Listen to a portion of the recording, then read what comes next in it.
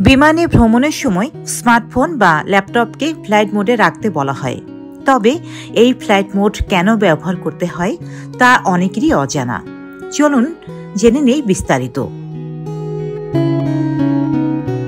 বিমান চালুর পর যদি কোনো যাত্রীর এসব মোড চালু না থাকে, তবে প্লেন চালাতে বেশ দুর্ভোগে পড়েন পাইলট।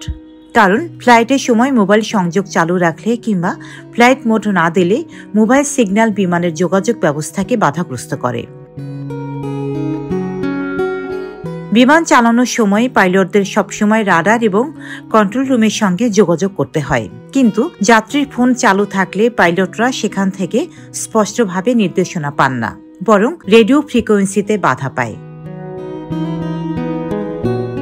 এছাড়াও তার থেকে নির্গত তরঙ্গ অন্যান্য স্থানের সঙ্গে সংযোগ করতে শুরু করে। এই পরিস্থিতিতে বিমানের রেডিও স্টেশনের সঙ্গে যোগাযোগও বিচ্ছিন্ন হয়ে যায়। তাই বিমানে উঠেই ফ্লাইট মোড চালু করে দেওয়া জরুরি। তবে ফোন ফ্লাইট মোড রাখার বেশ কিছু সুবিধাও আছে। যে মুহূর্তে আপনি আপনার ফোনকে ফ্লাইট মোডে রাখবেন, আপনার ফোনের সব অ্যাপের আপডেট বা ডাউনলোড বন্ধ হয়ে যাবে, যা আপনার ফোন চার্জিংয়ের স্পিড বাড়াবে। ফ্লাইট মোডের আরেকটি সুবিধা হলো ফোনটি যতক্ষণ ফ্লাইট মোডে থাকে ততক্ষণ ফোন, মেসেজ, বিজ্ঞপ্তি ইত্যাদির হাত থেকে নিস্তার পাওয়া যায়। আর তাই সে সময় আপনি বাধা ছাড়াই সিনেমা দেখা, গেম খেলা কিংবা গান শোনা উপভোগ করতে পারবেন। ডেস্ক রিপোর্ট, সাম্প্রতিক দেশকাল।